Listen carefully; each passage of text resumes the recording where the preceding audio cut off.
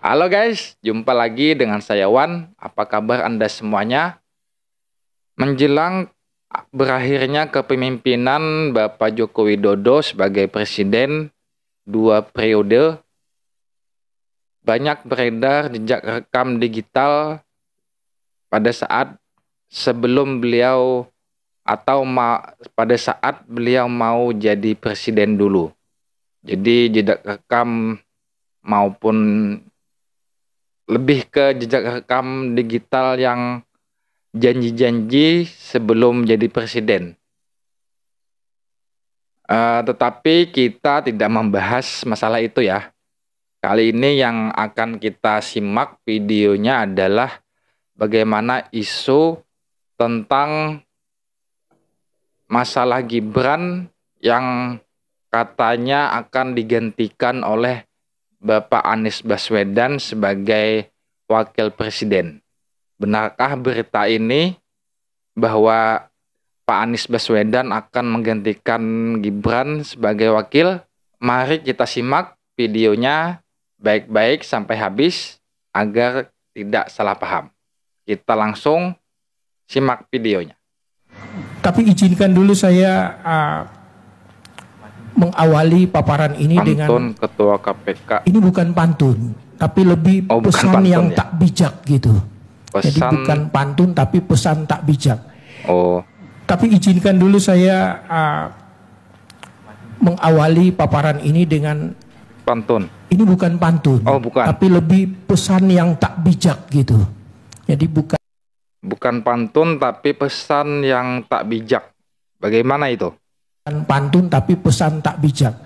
Kalau biasanya pantun itu setiap bait itu diikuti dengan kata cakep. Iya, cakep biasanya. Ini jangan diikuti dengan kata cakep. Cakep Nah. itu sudah hal yang ini pada cakep semua, ngapain kita ulangi pernyataan cakep. Tapi diganti dengan kata coy. Coy. Itu artinya conflict of interest. Jadi selalu Ada mengingatkan kita bahwa kepanjangannya. conflict of Coy katanya guys, conflict of interest. interest itu sangat-sangat hati-hati untuk mengelolanya. Sang anak jualan pisang, Coy. si bapak pengusaha terasi. Coy.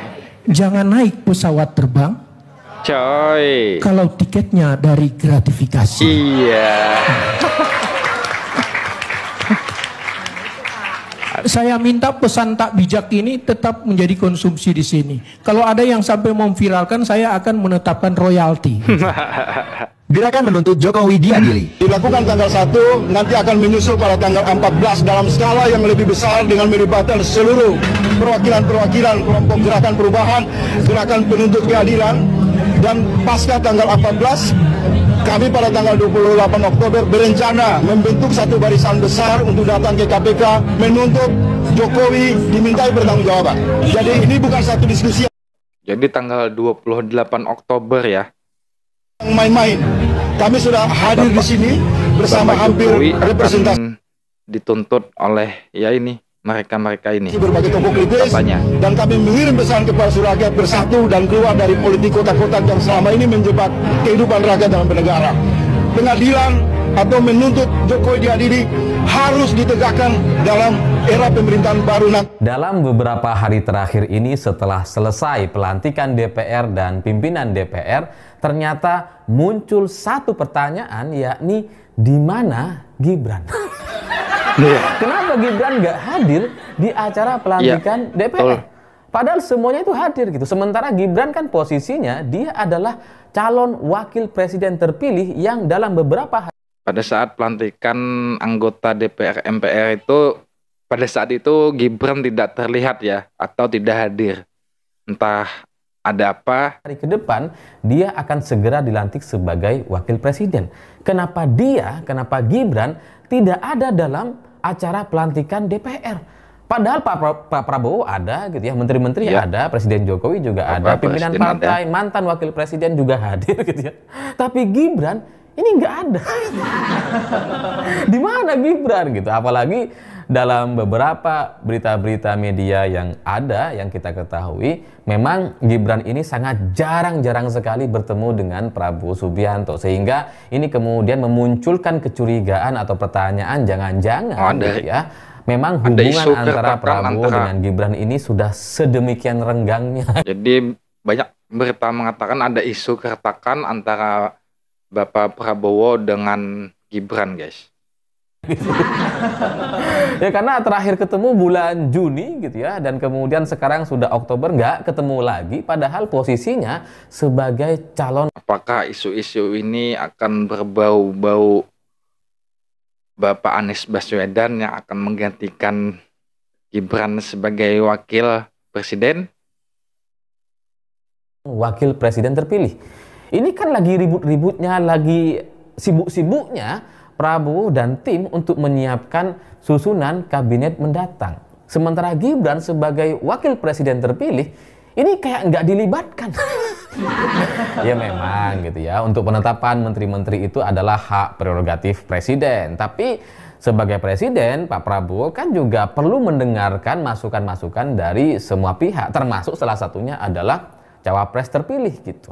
Ya kalau ketua-ketua partai aja didengerin gitu ya, aspirasi atau masukan-masukan atau usulan-usulannya, masa iya nggak mau dengerin dari wakil presiden terpilih sih? Karena harusnya wapres juga perlu didengar gitu. Tapi dalam beberapa kesempatan di berbagai acara-acara atau rapat-rapat elit, memang Gibran ini nggak kelihatan. nggak ada kabarnya. Bahkan di acara pelantikan anggota DPR, Gibran nggak ada. Entah dia nggak diundang atau emang nggak bisa hadir gitu. Karena memang terakhir Gibran ini muncul itu kan ketika dia ditanya soal isu Fufu Fafa gitu ya, karena akun Fufu Fafa ini adalah milik Gibran di Kaskus gitu ya, yang kebenarannya sudah mencapai 99,9999% bahwa memang akun Fufu Fafa ini yang sangat jorok sekali, yang sangat kotor, yang sangat membahas soal susu dan sebagainya gitu ya. Itu memang diketahui adalah milik Gibran gitu, dan ketika dia muncul ke publik, coba datang belusukan gitu ya, media kemudian banyak sekali yang menanyakan soal Fufu Fafa, dan Gibran nggak bisa menjawab itu. Satu-satunya jawaban yang bisa disampaikan oleh Gibran hanya tanyakan kepada yang punya akun. Lah, wartawan kan lagi nanya kamu. Dan sampai kayak bapaknya ya, tanya saya. Menurut saya, seandainya akun Fufu Fafa ini bukan milik Gibran atau milik seseorang lah, saya yakin akun Fufu Fafa ini yang punya akun Fufu Fafa ini sudah ketangkap, guys. Kalau itu bukan miliknya Gibran. Sekarang isu ini nggak selesai gitu karena skenario untuk memuncul, dan banyak yang mengatakan, malah sangat yakin bahwa akun Fufu Fafa itu adalah milik Gibran. Sampai Pak Suryo mengatakan 99,99% itu adalah akunnya Gibran. Kan seorang kambing hitam gitu ya, yang coba dilakukan oleh pihak Menkominfo sebelumnya, yang katanya mau segera diumumkan pemilik Fufu Fafa gitu ya.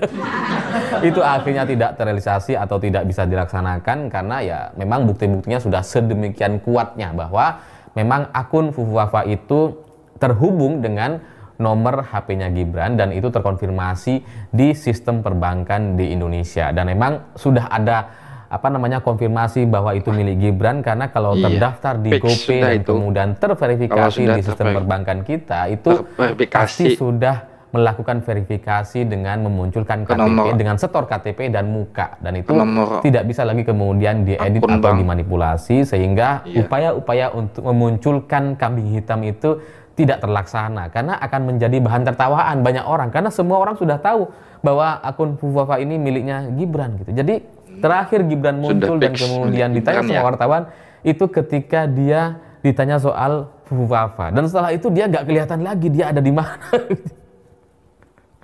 Dan bahkan di acara pelantikan anggota DPR dia juga nggak ada. Jadi memang Gibran ini punya sedikit masalah gitu ya ketika dia coba berhadapan dengan orang-orang, karena memang literasinya atau referensinya dia ini kan memang sangat minim sekali.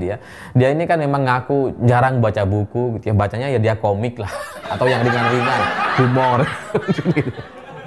Betul. Sehingga kalau dia hadir lihat di acara videonya. pelantikan DPR, maka dia mungkin gitu ya ketakutan untuk mendapatkan pertanyaan-pertanyaan yang sangat-sangat random dan tidak bisa dia jawab gitu ya. Makanya kemudian ya daripada dipermalukan nanti udahlah mending nggak hadir.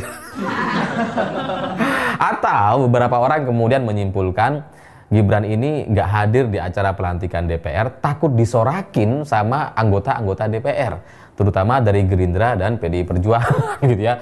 Takut ketika disebut namanya Gibran bukannya dapat tepuk tangan tapi fu fa fa. Takutnya dibegitukan gitu. Makanya ya udahlah nggak usah hadir. Pendukung Anies Baswedan jangan emosi dulu dan jangan ini besar guys, hati dan jangan merasa sedih dan jangan merasa Dengar- frustasi dengarkan karena munculnya penjelasan sebuah isu Bapak ini. Anies Baswedan akan menggantikan Gibran menjadi wakil presiden. Kita tidak mengatakan isu itu benar atau salah karena sebuah isu itu bisa benar, bisa salah, bisa setengah benar. Yang akan kita cari tahu kenapa isu ini bisa berkembang dan bisa viral saat ini. Ini sederhana sebenarnya cara kita menganalisanya. Kenapa? Prabowo sekarang seakan-akan dijepit oleh kekuatan-kekuatan apa? Kekuatan-kekuatan munafik. Kekuatan-kekuatan yang ingin mendompleng dia saja. Tidak ada kejujuran di balik dukungan kepada Prabowo. Mereka mendukung Prabowo, menginginkan untuk dirinya sendiri. Contoh sekarang ini, ada PDIP yang ingin bergabung dengan Prabowo, menyembah-nyembah kepada Prabowo. Untuk mendapatkan Ingin bergabung. jabatan ya. Tapi di balik itu ingin menguasai Prabowo yang selama ini dikuasai oleh Jokowi. Ingat, di-endorse oleh Jokowi sehingga harus meneteng anaknya yang melanggar konstitusi. Dan sekarang ada akun Fafafa yang merusak hati Prabowo sendiri secara pribadi. Jangan pisahkan pribadi dengan politik. Tidak pernah ada kejadian di dunia ini nyata politik dengan pribadi berpisah. Sakit hati dan kekecewaan, kegembiraan itu bersatu di situ. Masuk Bukankah akal. Prabowo selalu menyebut Anies Baswedan padahal hanya di acara debat dengan mengatakan nilai 11 dari 100 dia sangat sakit hati. Tapi itu dikatakan jujur langsung oleh Anies Baswedan. Satu-satunya orang di Indonesia yang mengatakan secara jujur langsung ke depan Prabowo. Tapi ingat, akun Fufu Fafa mengkhianati dia di belakang. Ternyata terbukti. Kalau di belakang Prabowo ada ahli-ahlinya membuktikan akun Fufu Fafa itu adalah milik Gibran. Artinya menelikung, menggunting dalam lipatan. Orang-orang munafik seperti itu mencongkrongi, mengangkangi, mengkarangkeng Prabowo saat ini. Prabowo sudah muak karena dia sendiri adalah orang yang sportif, orang yang jujur, orang yang tidak munafik. Dia sudah muak dengan lingkaran-lingkaran yang munafik di belakang dia itu. Satu-satunya orang di Indonesia yang tidak munafik, yang berkata walaupun di depan Prabowo sendiri adalah Anies Baswedan. Dalam hati Bapaknya berapi-api yang berkat ngomongnya. artinya secara tidak sadar Prabowo menginginkan Anies Baswedan bersama dia. Ingat itu, bersama dia. Di balik partai-partai Latiung yang cuma mengangan-angankan untuk mengonongkrongi dia, untuk mencangkok dia, untuk mengarahkan Prabowo. Dia pun ingin mempunyai orang yang jujur, yang tidak munafik. Itu hanya ada politisi yang bernama Anies Baswedan. Partai-partai, orang-orang yang mendukung Prabowo penuh kemunafikan. Santai Pak, santai. Penuh dengan tipu daya yang sebenarnya menjatuhkan Prabowo nanti ke dalam jurang. Contoh saja Gibran sekarang ini. Spekulasi bermacam-macam muncul. Bahkan ada spekulasi yang katanya Prabowo sampai hanya ingin menjabat 2 tahun, 3 tahun menyerahkan kepada Gibran. Isu-isu berkembang. Apa artinya? Orang ingin menjatuhkan Prabowo di saat dia diangkat-angkat dengan cara munafik, dengan cara-cara tipu daya. Sebenarnya ingin menjatuhkan Prabowo. Satu-satunya lagi orang yang tidak mau menjatuhkan secara seperti itu kepada Prabowo. Dia kontan-kontan menyatakan ini A, ini B. Tak ada persembunyian, tak ada dusta di antara kita. Itu memang ada keinginan dari Prabowo. Yang kalau kita nilai seorang prajurit, kesatria prajurit, tak ada kata-kata yang mengatakan saya A nanti berkata atau begini, bukan orang munafik. Berkata A pada dalam hatinya B, mengatakan kebaikan padahal keburukan, kelicikan yang ada dalam hatinya. Berbeda dengan Prabowo dengan Anies Baswedan, satu kata sama orang itu. Walaupun bertentangan, mereka adalah orang-orang sportif, orang-orang yang tidak munafik, jujur. Prabowo mengatakan saya memang menginginkan endorse dari Jokowi. Sebenarnya sebuah kehinaan kepada calon pemimpin. hanya mengharapkan endorse dari Jokowi, tapi itu dikatakan oleh Prabowo karena rasa sportifnya, rasa jujurnya. Berbeda dengan politisi-politisi Latiung yang lain itu, memoles kata-katanya, memoles begini-begini dengan niat tertentu, niat menjerumuskan dengan cara-cara munafik. Kalau Anies Baswedan berkata lantang, seperti akun Fufu Fafa itu. Anies Baswedan mengatakan nilai 11 kepada dari 100 itu langsung di hadapan Bapak di sisi Jokowi lain bisa saja dia memuji Prabowo, tapi itu tidak bagus. Dia katakan sejujurnya. Ya inilah kejujurannya. Sama dengan Prabowo. Prabowo pun mengatakan dengan kejujuran dia memang di endorse oleh Jokowi. Apapun ceritanya, dua orang ini bersenyawa. Di bawah sadar barangkali Prabowo mengatakan begitu. Dia menginginkan Anies Baswedan. Ada hal-hal yang mengangkangi antara kedua mereka itu, yang menghalangi kedua orang ini bersatu. Bisa jadi nanti suatu saat, atau saya mengatakan begini, bukan 20 Oktober atau dilantik. Setelah Gibran dilantik bersama Prabowo, ini jalan yang mungkin diinginkan oleh Prabowo.